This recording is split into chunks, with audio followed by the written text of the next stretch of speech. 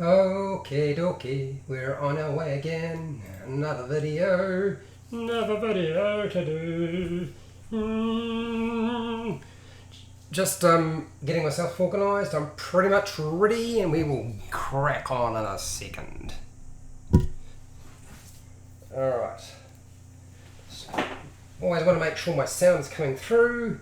So we are going to get started. And I will, like always, answer questions near the end. And hopefully you guys enjoy this. Hopefully it's a bit different today.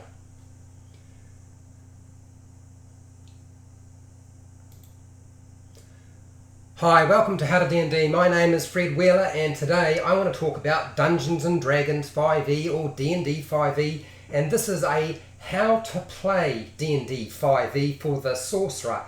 This is my third video on the basics and we're going to cover spell casting for the Sorcerer. So if you want additional information on the Sorcerer, then I want you to go and check out page 100 of the Player's Handbook for details on spell casting. And we are going to get right into this.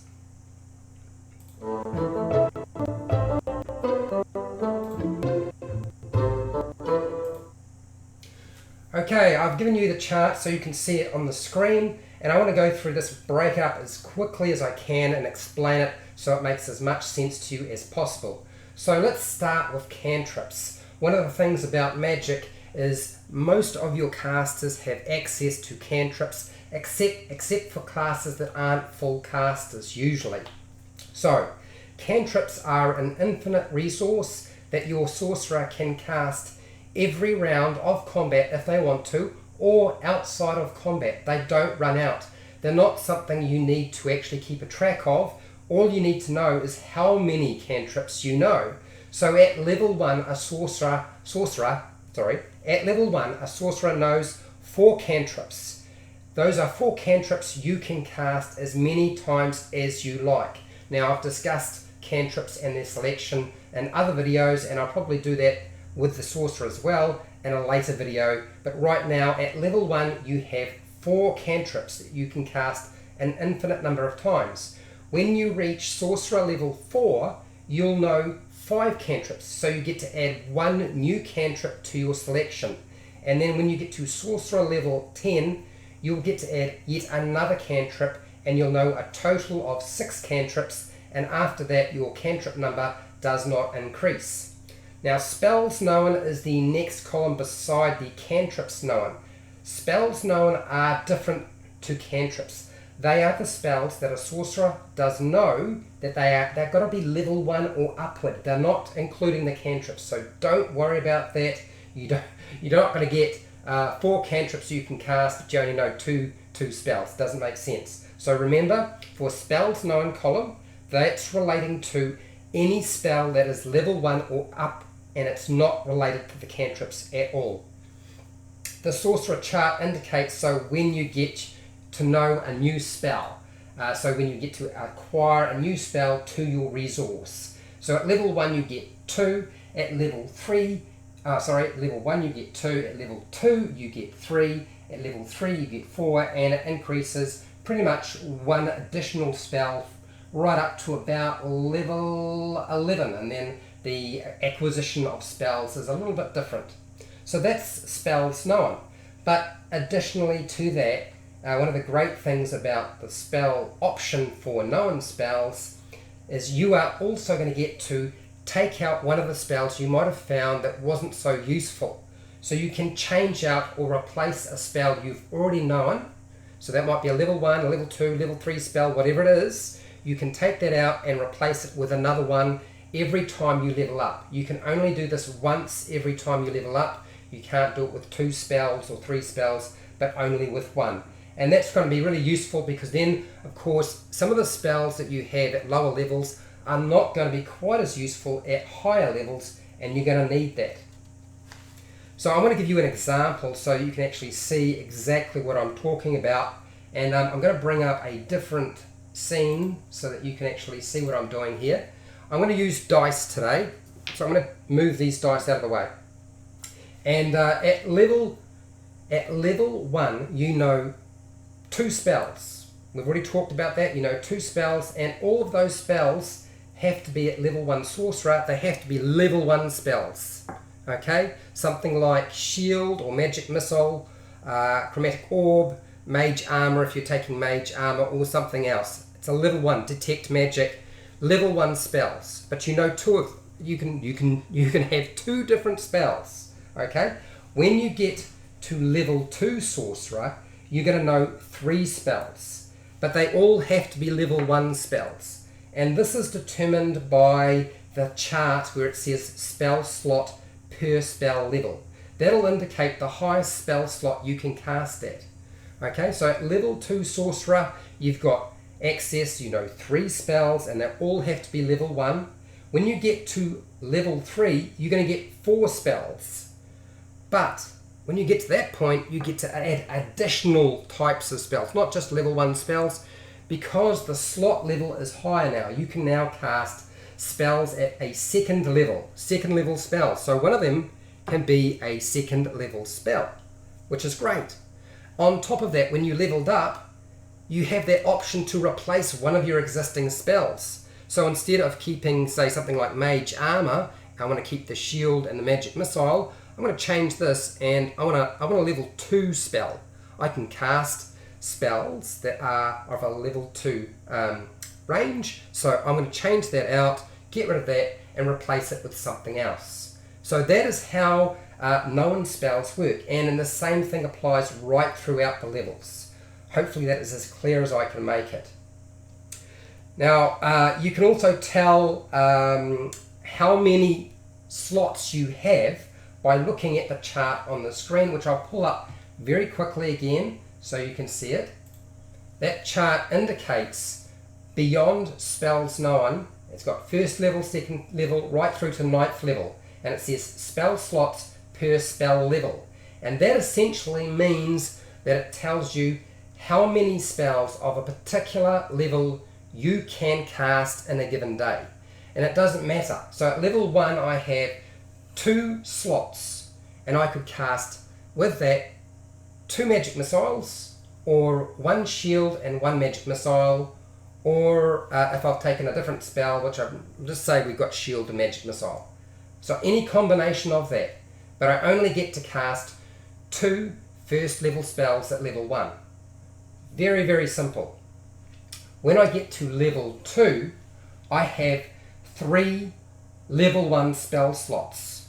3 level 1 spell slots. Very, very simple. Let's take this dice away.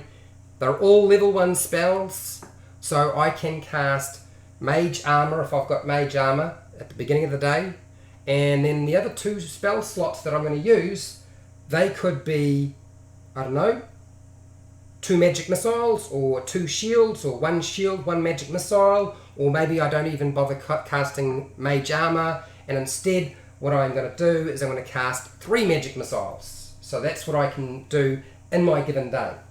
When we get up to level 3 sorcerer, things change again, because we get another spell and we get a lot more spells known.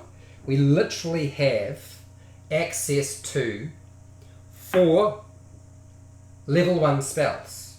It literally says there 4 level 1 spells, but we also have access to, at level 3 sorcerer, we have access to level 2 spells. So I'm just going to use the small dice to represent the level 2 spells. I'm going to put them back here so that it's sort of separated. So these are the level 1 spells, these are the level 2 spells.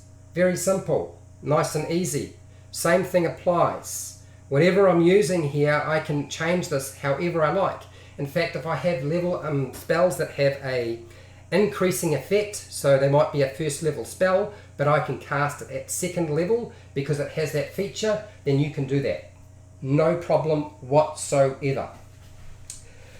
Now when we get to level 4 sorcerer, things change again. We get another second level slot. So that means I can now cast 3 second level spells and 4 first level spells. Very, very simple. Easy peasies, nothing to it. That is the gist of it. There isn't an awful lot else that you really need to know in terms of spell casting for sorcerers. the Sorcerer for Dungeons & Dragons 5e is extremely different to how it used to operate in previous versions of the game. So I am going to open it up for questions and answers in a second. But look, if you found this video helpful or informative, please hit that like and share the video with somebody else who might find it useful. If you are not subscribed, then hit the subscribe button. And if you want to get occasional notifications, because I live stream a lot, it's pretty sensible to do that. If you go to the channel and there's the subscribe button, beside there's a bell button, press the bell button, and that will give you a notification when I go live, because I go live a lot, or when a new video is published on my channel. If you have any questions, stay around in the chat. If you have any questions and you're not part of the live stream, then put them down in the comments. I'll answer those questions. Guaranteed, I always do. If you want to support my channel, then watch my videos. I get a bit of ad revenue from it. It's great. If you want to really support my channel, down in the description, there's affiliate links if you need to buy stuff. And I get a small commission and you pay exactly the same price. And hey, till next time, keep rolling those 20s. There's my big 20. Hopefully it's not in the way.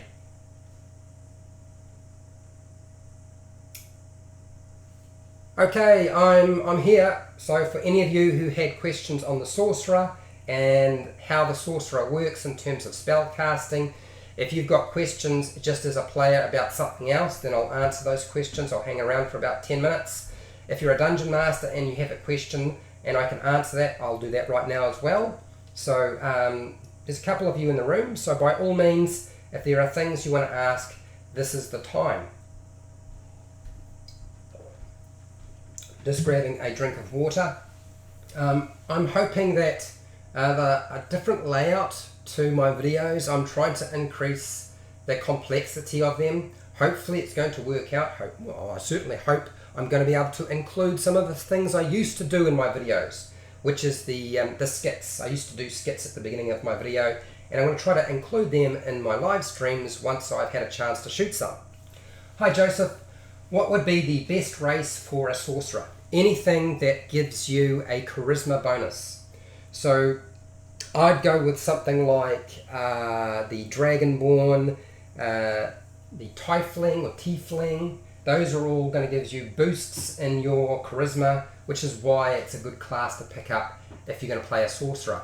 But it's not the only thing you could do. I mean, there are other options available to you. You do not need to just pick up a race that's specifically got a boost to charisma. If you wanted to, you could pick up a different race, but you're probably going to be sitting at a +2 modifier for your charisma rather than a +3, which means it's going to take you a little while to catch up. You might fall behind just a little bit in terms of your spell casting, particularly not so much with an attack roll, but it's the saving throws that will be the more difficult element for you. It's actually more difficult to get a success with a saving throw spell if it is a all or nothing spell. If it's going to do half damage, it's not so bad, because you know, even if they succeed on the saving throw from your spell, you're still going to do something to them. But if it's a save all or nothing spell, it's a bit of a drag. Whereas the attack roll always is going to give you a reasonably good benefit, provided that it's not competing with something that is a saving throw that gives you some sort of effect, even if they succeed on the save. That's the only way I would see it. There are other classes you can pick up as well as the Tiefling or Tiefling. I think half elf is probably a good option. This is because you get a bonus to your charisma, but you also get a boost to 2 other ability scores of +1.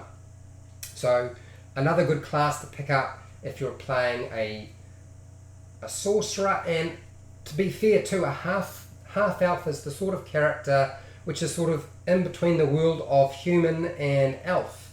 Or when you think about half elf, we always sort of look at elf and think, okay, it's got to be a combination of human and elf. But it could be a combination of some of the other races that are involved, such as a halfling or a dwarf, although I'm not sure that elves would particularly like that idea. But it's certainly, you know, I mean, the half-breeds are always going to get a rough deal as it is. So those are pretty good classes to pick up if you're going to play a sorcerer. Hopefully that answered your question, Joseph. I'm just flipping through the book. I have got a lot of work ahead of me. I feel like it is going to take a little bit of time to get through the Sorcerer, simply because of all the things that need to be discussed. You know, it looks like a pretty simple class to play, but there are lots of options. It's certainly not as complex as the Wizard, but the key aspect to this particular class is meta magic. Now, in previous versions of the game, meta magic was available to pretty much anybody, but now it's only the domain of the sorcerer. So if you want to use meta magic, you have to be a sorcerer, or at least take levels in sorcerer so that you can pick it up, that option. And it's not a bad idea. I mean, if you've got something like a paladin sorcerer, or you pick up a class that is a warlock sorcerer, it's always going to be an option where you can utilize meta magic with some of the other spells that are available to you. Remember the Bard. The Bard is a pretty powerful class, and combine that with something like meta magic from the sorcerer could really do an awful lot in your game.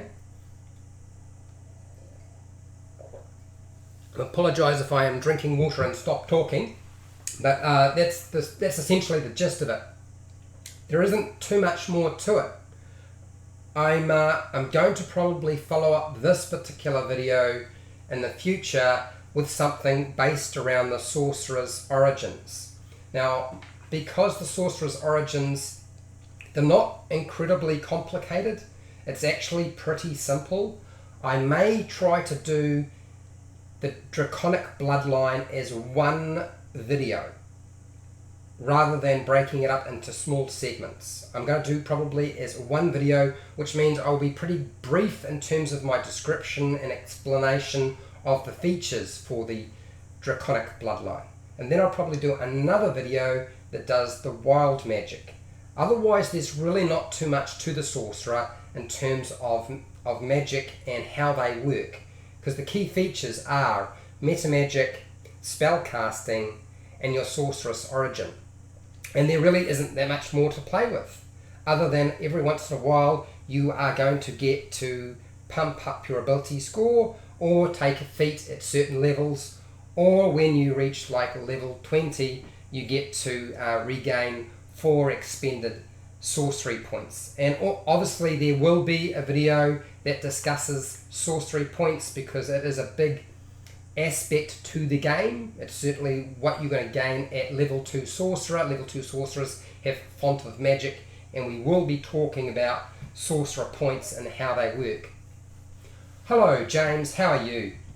I have a DM question. By all means, let's do this, James.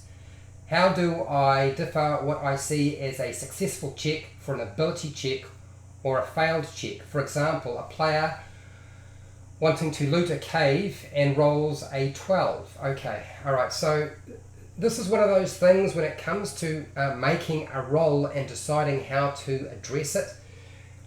I don't have a stand fast rule about how you would do this, or a stand fast approach to dealing with it, James.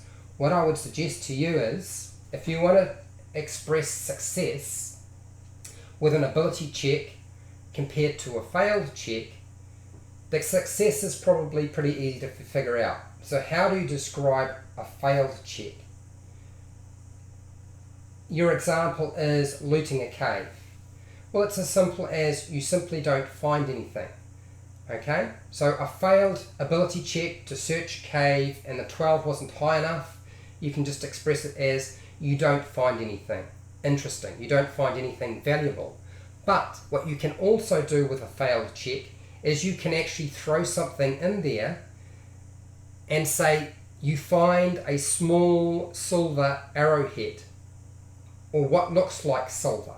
It doesn't have to be made of silver.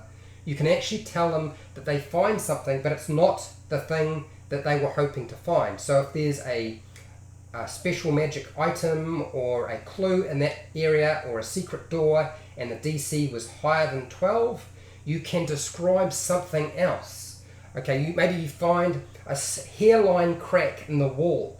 Now the hairline crack means nothing to you because it's got nothing to do with anything whatsoever.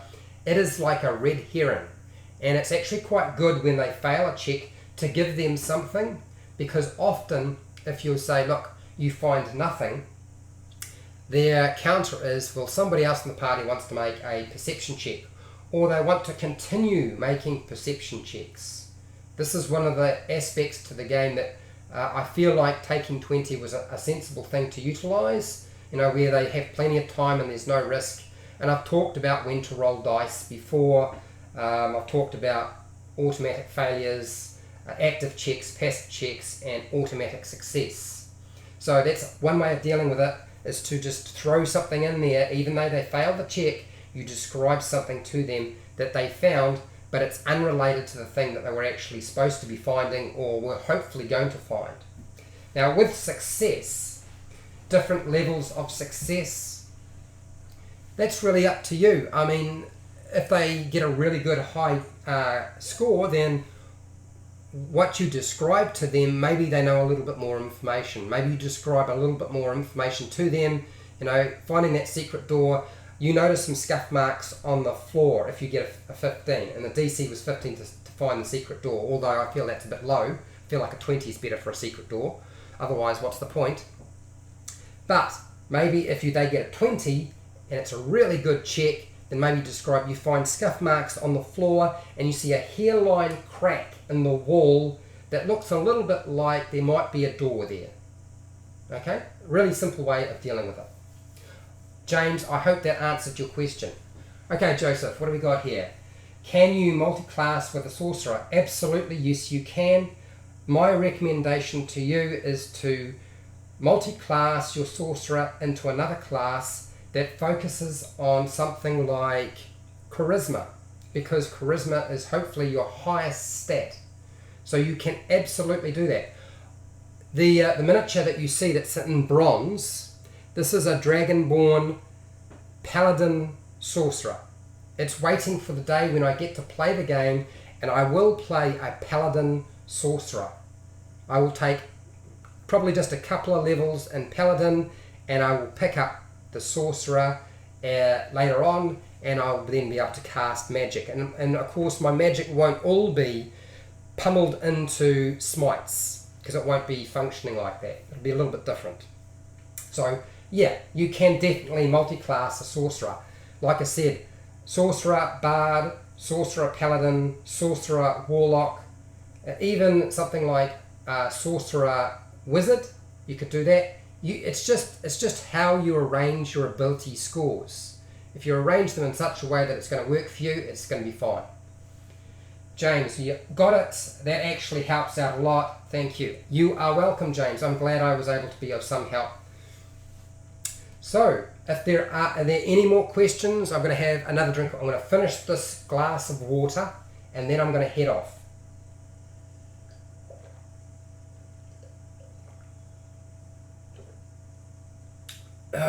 There we go. That's much better. And I know that it takes you like 30 seconds to sort of like frantically typing in your questions if you're trying to get in there at the last minute. But hey, I'll be back tomorrow. Chances are I will definitely be back tomorrow. Joseph, thanks. Helps a lot. Great. I'm glad it did. Okay, well, I think I should leave it here. If there's no more questions, we will come back to the Sorcerer. I've had a lot of people asking me questions regarding, what was it? I believe it was monsters difficulty. So how to make monsters more difficult, how to make legendary creatures more difficult, how to deal with large size groups. And I've done a video on small groups. Why did I not do a video on running a large group? Because surprisingly, I have lots of experience with it. So that's all coming. So there are a few topics that will pop up. I want to try to run with the Sorcerer for a good chunk of time. Just because I'm doing a video on the Sorcerer does not mean you can't jump in and ask your questions related to dungeon mastering or the player that's unrelated to the sorcerer. You can do that at the end of the streams. I'm always open to that, so don't worry about it. It's not a freak out. And I think that is a good place to wrap it up for today. And I will see you guys next time for the next stream, which will obviously be tomorrow. And I thought I would leave you with a quick scene before I finish my time with you.